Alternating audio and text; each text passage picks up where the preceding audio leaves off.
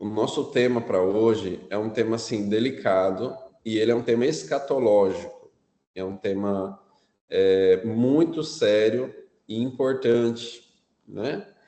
Esse, como você já sabe, esse é um estudo pessoal que nós fizemos no tempo da pandemia e nós dávamos aula para um grupo de jovens que não eram adventistas. Então, todo esse conteúdo, Daniel, aqui não foi entregue para adventista no primeiro momento, foi entregue para não adventista evangelismo, né? Nosso evangelismo pessoal que a gente preparou. E a gente fazia a cada semana. E eu estudava o livro de Daniel, preparava o conteúdo e apresentava a cada final de semana. E esse tema, assim, esse aqui foi um tema, assim, que me chamou a atenção e eu acho que vai ser útil para você pensar também, tá bom? Ainda no capítulo 3 de Daniel, abra aí sua Bíblia, Daniel capítulo 3, e o tema é os acusadores e o tempo do fim, tá bom? Livro do profeta Daniel, capítulo 3. Daniel, capítulo 3.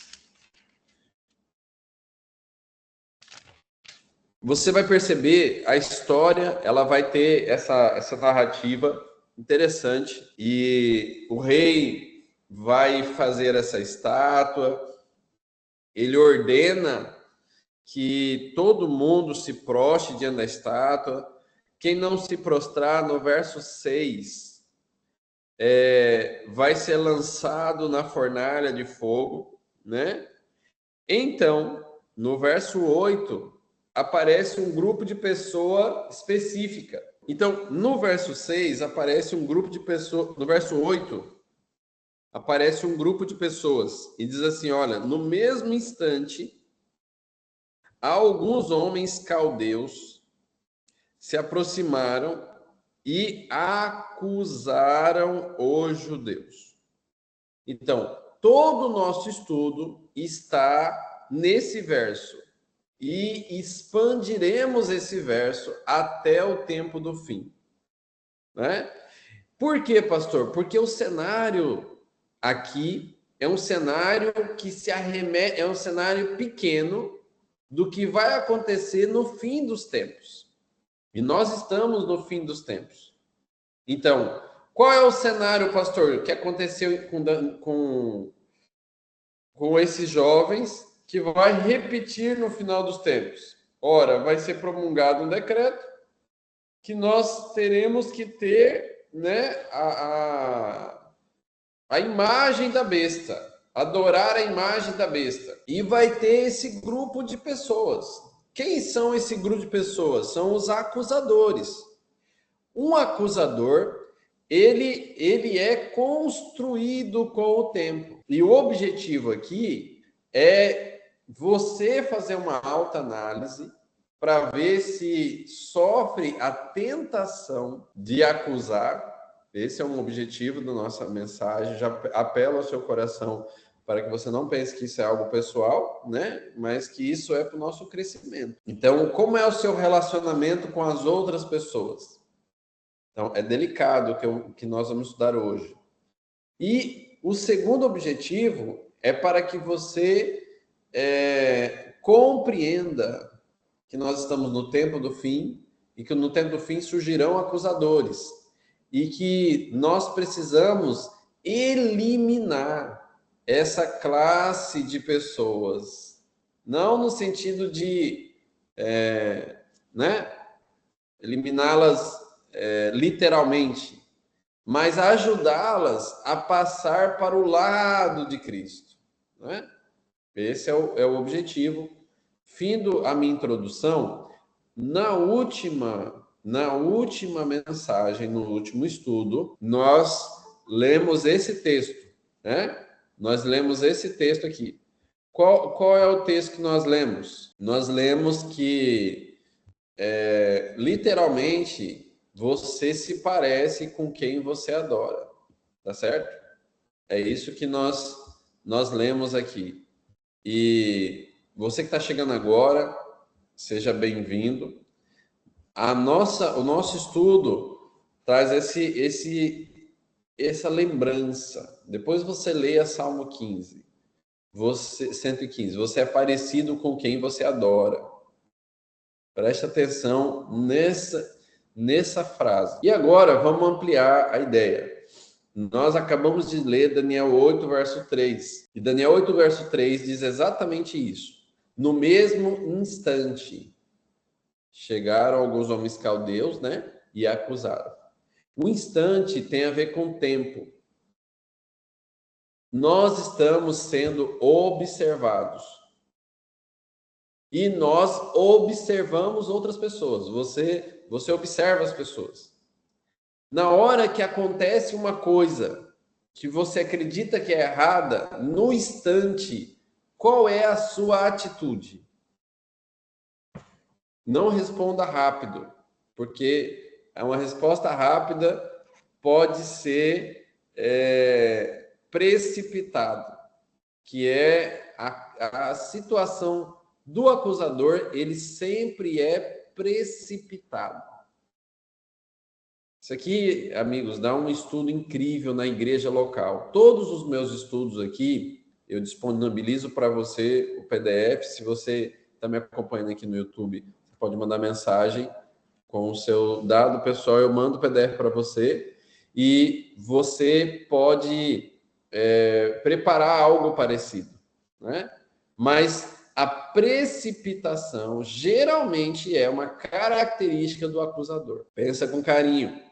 Então, nós temos aqui um cenário interessante. Nós temos aqui os caldeus, né? Nós temos os judeus. Esses são os personagens aqui. Nós temos caldeus e temos judeus. E tem um relacionamento entre caldeus e judeus. Acompanhe a construção aqui do raciocínio. E qual é o relacionamento?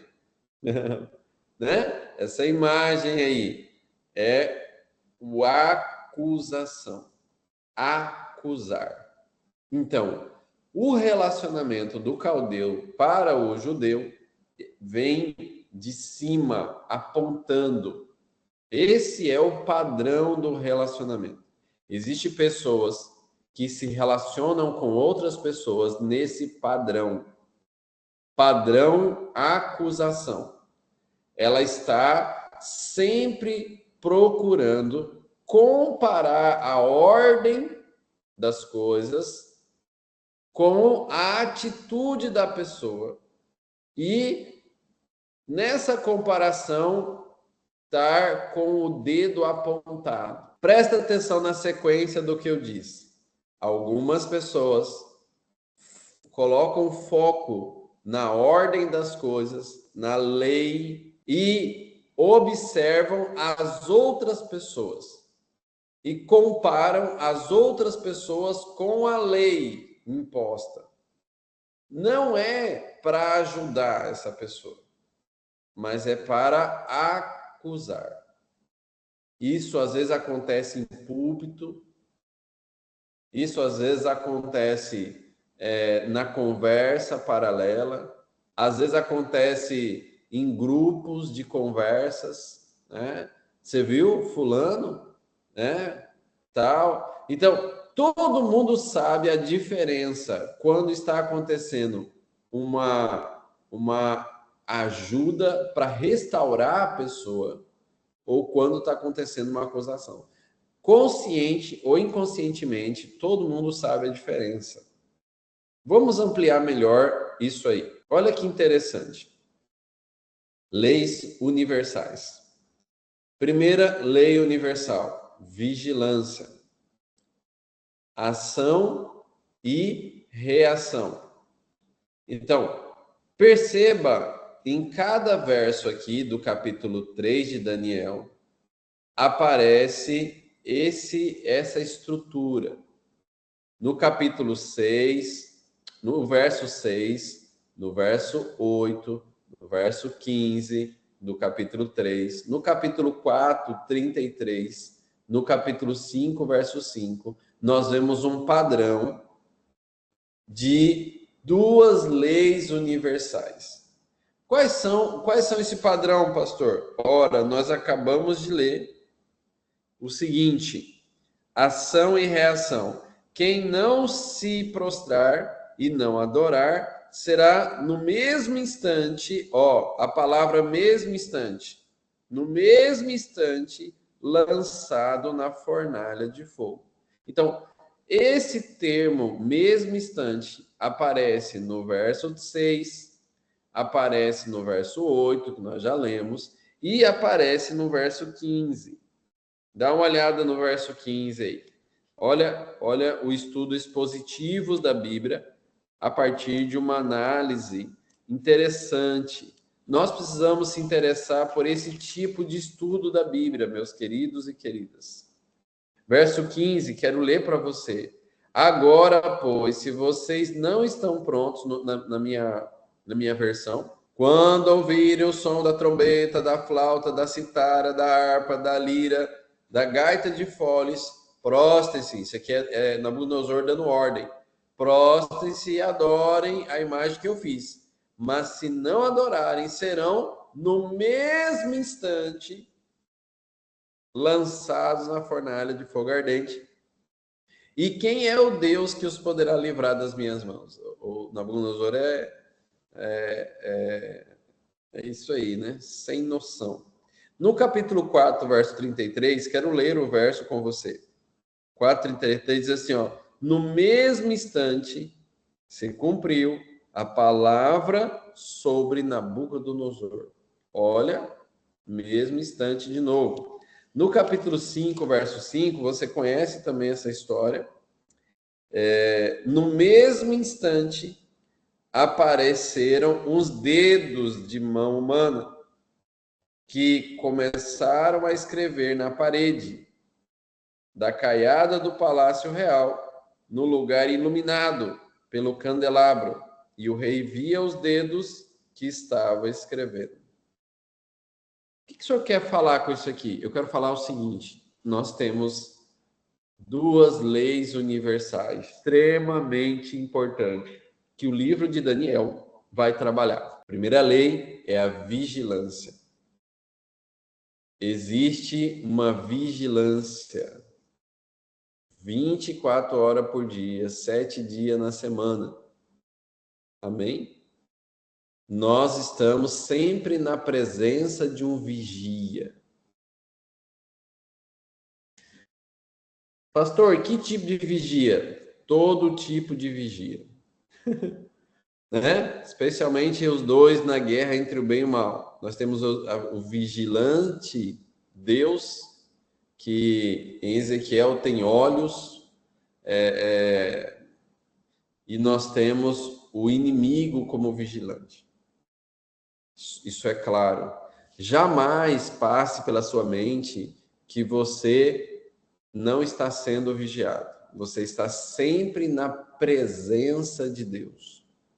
E quando você está na presença de Deus, a sua atitude muda. Pode ter certeza do que eu estou falando. O senso de presença. É isso que Cristo estava dizendo lá quando ele disse assim: vigiai para não cairdes em tentação. É a vigilância. Pastor, tem uma segunda vigilância, um segundo tipo? Tem um segundo tipo de vigilância, que é o inimigo, que, como diz Pedro, o diabo está a derredor, vigiando você, procurando devorar você, né? Isso é uma vigilância de Satanás, procurando alguma coisa para destruir a sua vida.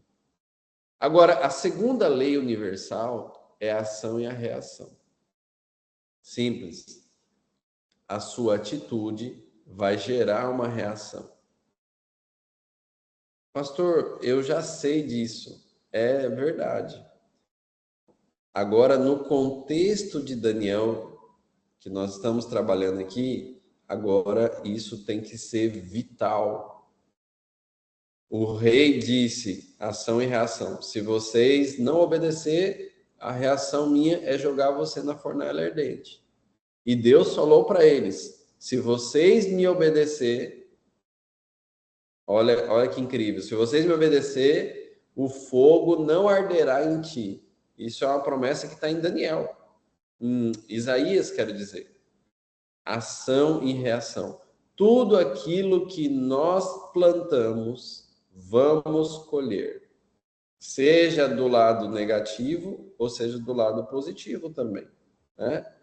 Você é vigiado 24 horas por dia, como eu disse, por Deus ou pelo inimigo, né?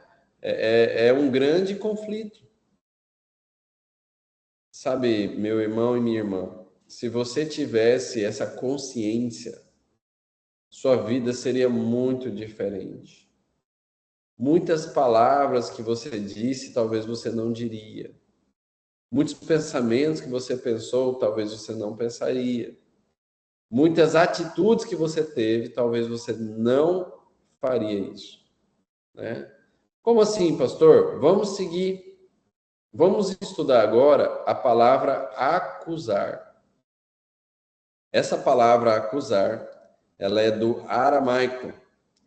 Akalukitershon, uma expressão pitoresca, traduzida de forma prosaica, como acusaram. Uma tradução literal seria: eles comeram os pedaços de. Olha que coisa louca que eu estou falando aqui. E daí, figurativamente, significa caluniaram, acusar, difamar. Ou seja, a palavra acusar significa comer carne de. Quando alguém acusa o outro, ele está devorando o outro. É a mesma coisa dele cortar a pessoa e comer. É canibalismo. Olha que coisa incrível. A palavra difamar, que é a palavra traduzida aqui, ela significa o seguinte: essa palavra vem do latim, difamatio, difamare, formado por dis, no sentido estragar, destruir, mais fama, rumor, informação, reputação.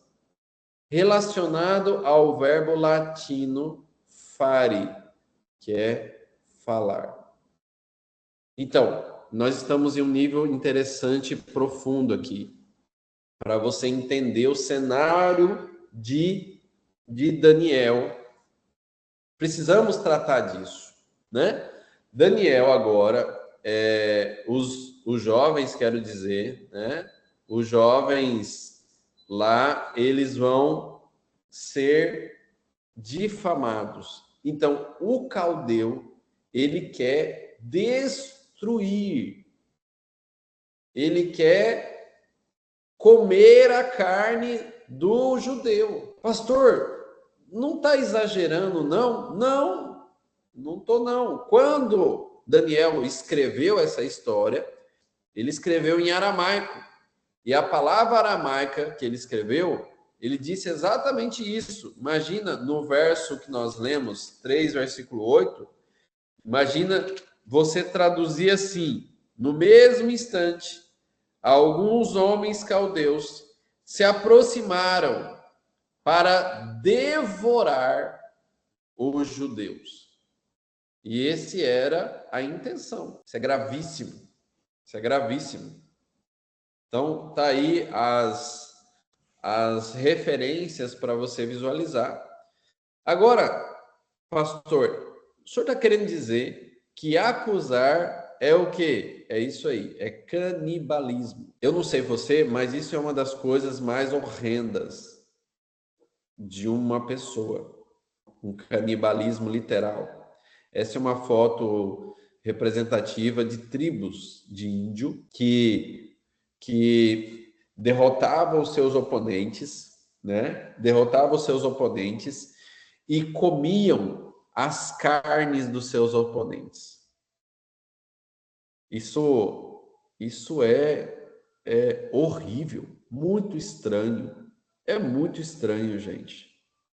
Pastor, por que o senhor está dando tanta ênfase nisso? Porque o inimigo de Deus, ele tem, de uma maneira tão sutil, ensinado às pessoas o canibalismo, a acusação. E no tempo do fim, essas pessoas estarão prontas para fazer a obra maligna de canibalismo. Vai ter pessoas dentro da igreja e fora da igreja que estarão devorando as carnes dos seus irmãos. Esse é o cenário, né? Vamos entender isso.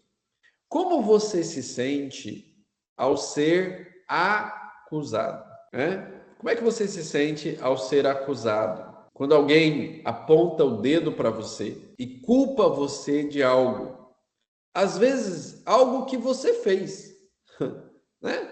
Fez mesmo de errado, né? Às vezes não, às vezes você não fez, mas o dedo acusador é muito ruim para quem recebe, é muito ruim.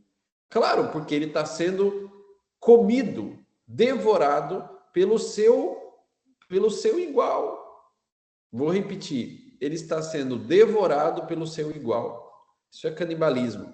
Canibalismo é alguém que devora a própria carne, a própria espécie, né? Alguém da própria espécie. E olha que interessante, a palavra acusar, na teologia bíblica, ela aparece 58 vezes. Agora nós vamos expandir agora o nosso estudo. 58 vezes. E nós temos aqui algumas perguntas importantes. E nós temos aqui o nosso roteiro do nosso estudo. Qual é a ordem de Deus em relação a esse tema?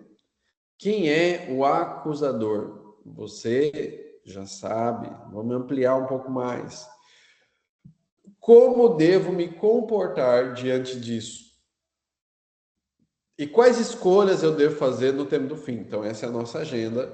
Esteja aí comigo, né? Nós vamos trabalhar um princípio teológico, um princípio moral. Êxodo 23, versículo 7. Vou colocar aqui. Êxodo 23, versículo 7. Na falsa acusação essa é a ordem de Deus, da falsa acusação te afastarás. Não matarás o inocente e o justo, porque não justificarei o ímpio. Pastor, qual é a ordem de Deus em relação a acusar? Jamais acusarás. Pastor, mas aqui está dizendo a falsa acusação. Que hora que eu posso acusar? Né? Toda acusação é falsa? Mais uma pergunta interessante. Deuteronômio, capítulo 16, versículo 19. Olha o que diz aqui, ó. Não torcerás a justiça. Não farás acepção de pessoas. Acompanha aqui comigo o raciocínio. Deus disse que você não pode acusar falsamente. Agora ele diz que você não pode fazer acepção de pessoas. Você não pode diferenciar entre uma pessoa e a outra, porque todas as pessoas precisam ser tratadas com justiça. Todas as pessoas são iguais. E se você fizer a acepção de pessoas, você está torcendo a justiça. Pastor, eu acho que eu entendi o que o senhor quis dizer. Então, olha esse texto aqui. Não julgueis não julgueis e não sereis julgados. Não condeneis e não sereis condenados. Perdoai e sereis perdoados. Essa é a ordem de Deus. Nós temos esse texto em Lucas 6:37. Então, nós estamos aqui entendendo uma ordem divina. Recapitulação até agora. Número 1, não faça acusação falsa. Número 2, não faça acepção de pessoas. Número 3, não julgue as pessoas. Essas 3 afirmações, elas são paralelas, elas são sinônimas, elas são a mesma coisa. Elas são a mesma coisa. Então, a acusação falsa é impiedade. Impiedade é injustiça. Injustiça é a acepção de pessoas. A acepção de pessoas é julgar. Julgar é atributo de Deus. Então, toda vez que um ser humano tentar julgar, ele está fazendo a acepção de pessoas. Deus, ao julgar, oferece o perdão. Então, esses 3 textos que nós lemos, eles estão esmiuçados aqui. Eles estão estruturados aqui. Pastor, o que o senhor quer dizer com isso? Eu quero dizer que toda acusação é falsa. Repito, toda acusação é falsa. Como assim, pastor? Só Deus é capaz de julgar alguém, porque ele conhece o fundo, detalhes. Por isso que Deus nunca acusa as pessoas. Ele oferece o perdão. O ser humano, quando acusa, ele está condenando. Isso é muito interessante, gente. Isso é muito interessante. Para pensar no que eu estou falando. Deixa eu fechar uma coisa aqui ainda nessa parte aqui. Nunca, jamais alguém deveria ser acusado. Nunca, jamais alguém deveria ser condenado. Porque ao falar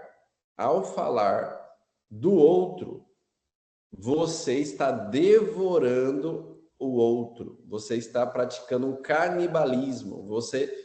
Você jamais vai conseguir estabelecer justiça nisso.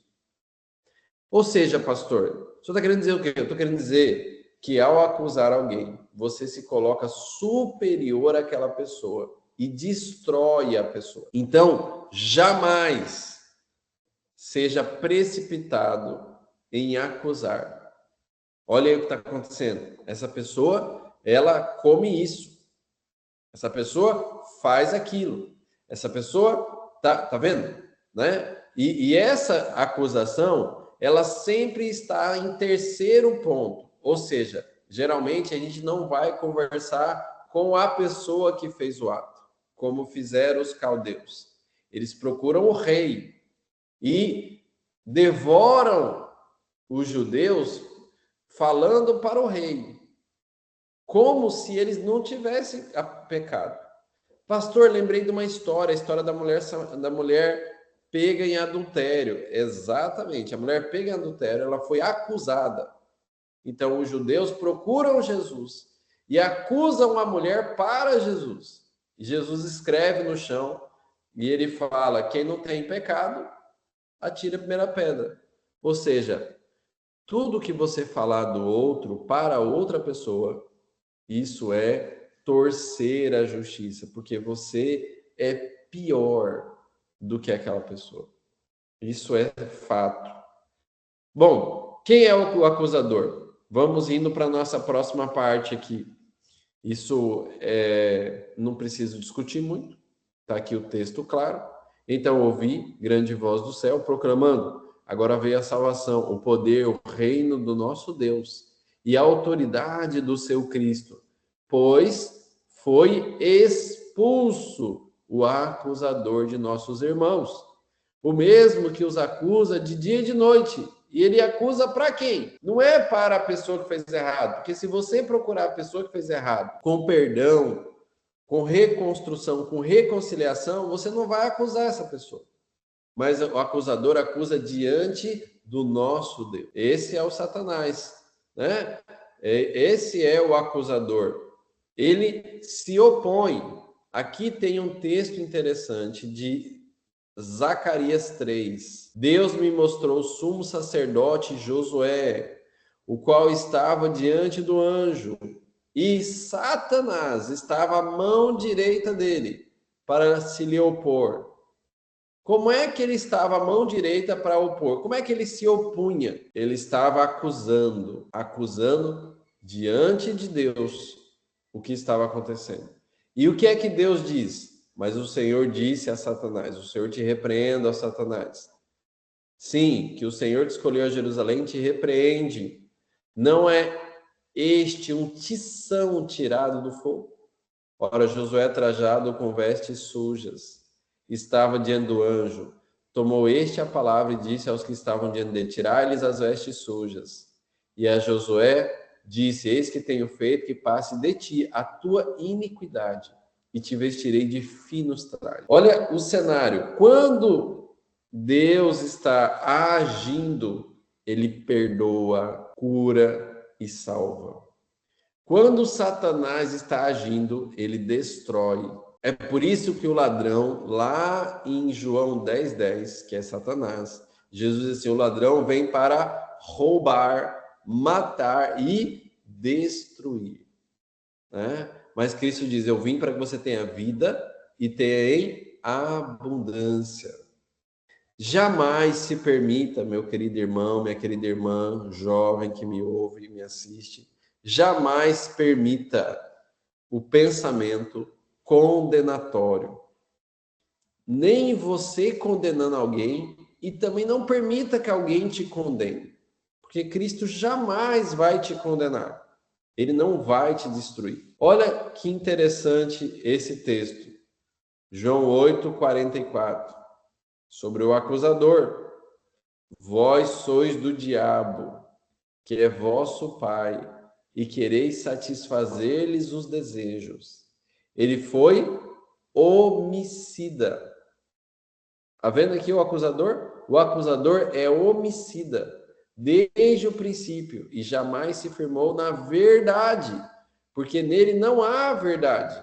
Quando ele profere mentira, fala do que lhe é próprio, porque é mentiroso e pai da mentira. Então, se você estiver numa roda de pessoas e você vê alguém acusando outra pessoa, essa pessoa está falando uma mentira.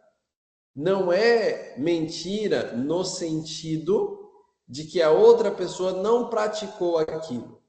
Uma mentira de que a pessoa que está acusando, ela é superior, ela é melhor, mais santa do que o outro. Muda tudo essa linguagem. Entende? Quando isso acontece, a sensação de você acusar o outro é que você se sente superior. E isso é uma mentira. Isso mata, destrói a outra pessoa, a reputação. Isso é uma difamação. Olha que conceito de difamação e acusação que eu estou entregando para você. Eu fiquei chocado com isso. Apocalipse 12:10, João 8:44 e Zacarias 3, de 1 a 4, nos entregam um resumo. Primeiro, Satanás é o acusador original. Ele está acusando dia e noite. Segundo, Satanás vai ser expulso. Ele vai ser expulso, ele vai ser destruído. Todos os que acusam, como ele, são filhos dele e serão destruídos juntos com ele. Olha que coisa absurda. Nós estamos entendendo que quem acusa o outro, ela está possessa por Satanás, está agindo conforme ele quer. Deus repreende o inimigo e cuida do obediente. Então, esse é o resumo desses textos para nós entendermos o processo. Pastor, precisa mesmo dar tanta ênfase nisso? Precisa, meu querido irmão, minha querida irmã. Porque a linha é tão tênue, tão imperceptível nas conversas que quase a pessoa que está falando não percebe que ela está agindo como um acusador e uma acusadora. Porque Satanás, ele é astuto e ele vai conduzindo o pensamento da pessoa e ela não percebe que está sendo usada por ele. Então, o estudo, ele é esclarecedor, ele vai abrir a nossa mente para a gente entender a profundidade desse tema, né? Como devo me comportar? Né? Você pode escolher seu comportamento, você pode escolher suas reações. Para pensar nessas perguntas. Você pode decidir qual é a face que você vai manifestar, ok? Qual é a face que você vai manifestar? João 3,16. Né? A resposta é sim. Cristo, ele veio ao mundo, foi acusado o tempo todo, mas todas as reações dele, jamais ele acusou alguém. Então, pastor, baseado em João 3,16, que diz, porque Deus amou o mundo de tal maneira que deu o seu Filho unigênito, para que todo aquele que nele crê não pereça, mas tenha vida eterna. Qual é o fundamento para a felicidade nos relacionamentos? A palavra é essa, ágape. Né? Você já conhece essa palavra. Ágape significa gostar muito, amar ternamente.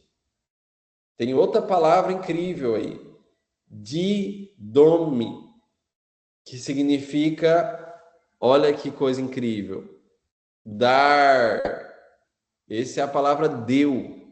Dínome significa dar algo a alguém de livre e espontânea vontade, para a vantagem dela, sem esperar algo em troca.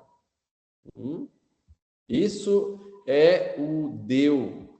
Outra palavra, filho unigênito, palavra monogenes. Monogenes. O que significa essa palavra monogenes? Único do seu tipo, exclusivo, vida eterna, aionios, vida sem fim. Então, pastor, nós temos aqui o maior amor, mas a maior doação é igual a maior recompensa. Olha, só esse slide aqui já faz um sermão lindo, né? Nós temos isso aqui. Quem poderia dar mais amor do que este, né? Então, pastor, como eu devo me comportar nesse cenário? Já está aí na tela, né? Cristo escolheu salvar. Esse é o teu comportamento. Quando você vê alguém fazendo uma coisa de errada, não devore essa pessoa falando dela para outro. Ame, se entregue a essa pessoa. Vai lá, né? no individual, procure a pessoa. Primeiro, escute a história da pessoa. Tem um contexto histórico. Ela está sendo vítima. Ame a pessoa. Sabe, quando você tem um filho, talvez esteja conversando com alguém que tem um filho, e essa pessoa diz o seguinte, né? Ela diz o seguinte, assim, quando você vai falar com ela sobre o que está acontecendo em relação ao filho dela, ela vai dizer assim, não, mas ele não é assim. O filho dela matou, roubou, fez tudo de errado. Aí a mamãe diz assim, não, mas ele não é assim, ele é meu filho. É as mal influência, tem uma história por trás. A mamãe é compreensiva, não é verdade? Ela é compreensiva. Agora, como não é teu filho, não é tua filha, você não ama, geralmente você não gosta. E quando você não gosta, você quer devorar, ser canibal. Então, compreenda a história, isso é amar. Doe-se para essa pessoa. Pega a sua vida e dê para ela. A misericórdia que você entregar para ela, você vai alcançar. E receba a maior recompensa. Está aqui uma dica para você ser feliz, né? Para você ser feliz. Cristo, ele é a excelência da doação. E nós estivemos aí observando a Semana Santa. Eu estou gravando aqui após Semana Santa. E quando você olha para a cruz, Cristo jamais acusou alguém. Jamais. Pense 1000 vezes antes, numa roda de conversa, de falar ou ouvir, sabe? Se você ouvir alguém acusando o outro, né, difamando, falando mal, você defende. Não, não, peraí, gente, eu acho que esse caminho não faz bem. Esse é o caminho do canibalismo, né?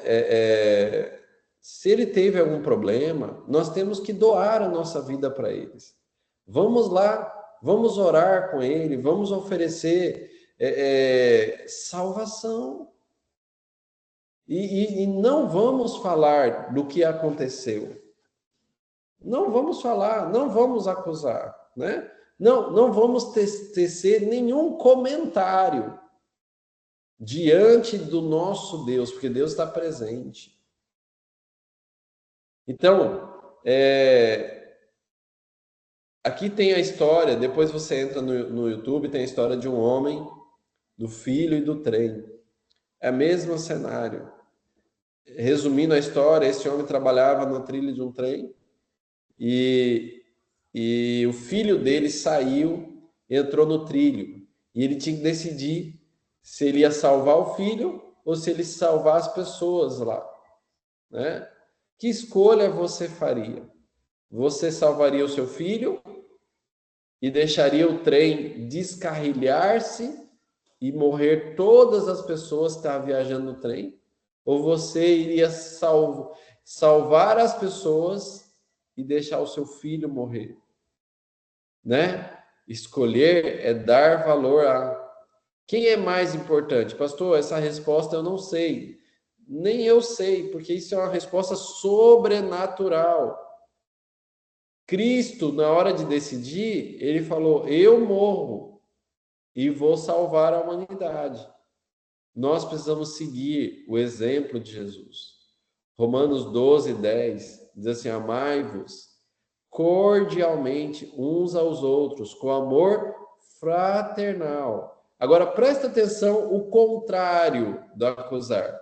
Preferindo-vos em honra uns aos outros. Ou seja, eu vou preferir que o outro seja honrado mais do que eu seja humilhado, mas que ele seja honrado, né? Essa é a experiência, essa é a experiência da relação infantil entre irmãos. Pastor, como eu devo me comportar diante desse cenário? né? Como eu devo me comportar? Nós estamos indo para a reta final, esse é um estudo um pouquinho mais longo.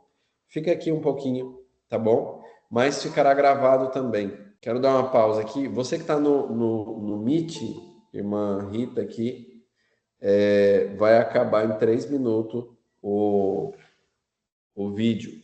E aí eu coloco um outro aqui para você continuar participando, tá bom? É que esse aqui eu falei um pouco mais mesmo, é porque esse é um estudo delicado. Como devo me comportar? Seguir o exemplo de Jesus, permanecer no seu amor. Reconhecer que todas as pessoas devem ser amadas. Óbvio, né? Pastor, isso é óbvio, eu sei isso desde criança, mas é difícil de viver, meu querido irmão. Na hora que alguém faz algo contra você, contra pessoas que você ama, é muito difícil de você não acusar. É muito difícil, né? Mas é importante você saber o que deve fazer. Relaciona-se com todos com amor. Relacionar-se com todos com amor. Essa é a nossa atitude, né? A palavra amor tem que reinar soberano. Como devo me comportar? Agora, a diferença, né? Amar versus, né? É diferente de acusar. Quem ama é paciente. O acusador, ele é impaciente. Então, aqui você vai começar a se analisar, né? O amor é benigno, o acusador é malvado. O amor é verdadeiro, o acusador é mentiroso. O amor, o que ama, tudo sofre. O acusador é ciumento, tudo crê, é orgulhoso, né? Tudo espera, é arrogante, tudo suporta, é irritante. Né? Olha que cenário interessante. Então, aqui é uma experiência de autoavaliação, né? Para você pensar. Você precisa estabelecer uma estrutura clara para a nossa vida. Então, Deus, ele está chamando cada um de nós, né? Ele está chegando cada um de nós para fazer escolha, para fazer escolha. Deus, ele quer que você seja isso, né? Que você seja isso. Deixa eu apresentar aqui esse cenário para você escolher, que você analise qual que é a rota da sua vida. No tempo do fim, a grande maioria das pessoas estará do lado da acusação. Isso é fato. Às vezes você vai ver isso dentro da igreja, infelizmente. Na comunidade maior, infelizmente. Eu já tive experiências dessa, onde eu fui vítima nisso, onde aconteceu um movimento de difamação contra mim. Pastor, agora, depois que o senhor é pastor, acontece, né? Acontece. E é fato. Acontece aí na tua igreja, acontece na comunidade, porque você está sob vigilância. E o inimigo, ele quer destruir a sua vida. Então, mas você pode escolher ser diferente. Mesmo que você foi acusado, você pode não acusar a pessoa que te acusou. Olha aqui, que pensamento fora do normal, né? Esse é um pensamento que poucas pessoas seguirão nesse tempo do fim. Poucas pessoas, né? Faça uma escolha agora e se prepare-se para isso, porque você precisa de um treinamento. Isso não vai sair naturalmente. Porque quando a dor vem, você quer jogar, enfim. Mesmo assim, faça uma escolha. né? Faça uma escolha. Eu quero ler esse texto aí de Mateus 7, verso 13. Você pode acompanhar aí na sua Bíblia. Mateus 7, verso 13. Diz assim: entrem pela porta estreita, porque larga é a porta, espaçoso é o caminho que conduz para a perdição, e são muitos que entram por ela. 14. Estreita é a porta, é apertado o caminho que conduz para a vida, são poucos que o encontram. Esse caminho do acusador e daquele que ama é uma experiência assim interessante, né? O Mateus 24:12 diz que o amor se esfriará de quase todos. Esse é o nosso tempo do fim. Apocalipse 13, 14 e 17 diz que a besta seduz os que habitam sobre a terra, né? Daniel 3, verso 12, havia 3 jovens contra todos. Olha o cenário aí, irmãos. Quando você olha Daniel, você vai perceber que tinha muitos judeus. Não era só 3 judeus que estavam lá no campo de Durã. Não era, pode ter certeza disso. Pastor, onde é que estava Daniel? Não sei onde estava Daniel. Não me faça a pergunta, vamos para o céu para perguntar para Daniel, né? Mas eu tenho certeza que havia muitos outros judeus prostrados, adorando, passando para o lado dos caldeus. Mas 3 jovens, Misael, Ananias e Azarias, Sadraque, Mesaque e Abednego, eles estavam do lado do amor. Apocalipse 12, verso 13, fala dos restantes, né? Os restantes que guardam os mandamentos de Deus. Então, é o testemunho de Jesus. Apocalipse 14, 1 a 12, traz a mesma mensagem. Esse grupo vai ser a minoria gritante. Corre o risco de ser uma minoria gritante dentro da sua comunidade próxima. Talvez seja você se sentindo uma minoria, porque quando termina o culto, quando se junta as rodas de conversa, o que acontece nessas rodas de conversa? Estudos bíblicos de como amar as pessoas. Delicado o que eu estou falando, né? Não é delicado? É delicado. Esse aí é o grupo. É 144 mil. Então, poucos. Esteja do lado dos poucos, né? Esteja do lado dos poucos. Então, pastor, vamos fazer uma visão rápida do tempo do fim? Vamos, rapidinho aqui, ó. No tempo do fim, haverá uma união do poder civil e do poder religioso. Essa é a Babilônia, né? Todos serão convocados a se unir contra o povo de Deus, para acusar o povo de Deus. Tá vendo? Os filhos de Deus serão revelados puros. Guarda os mandamentos de Deus e tenha fé em Jesus.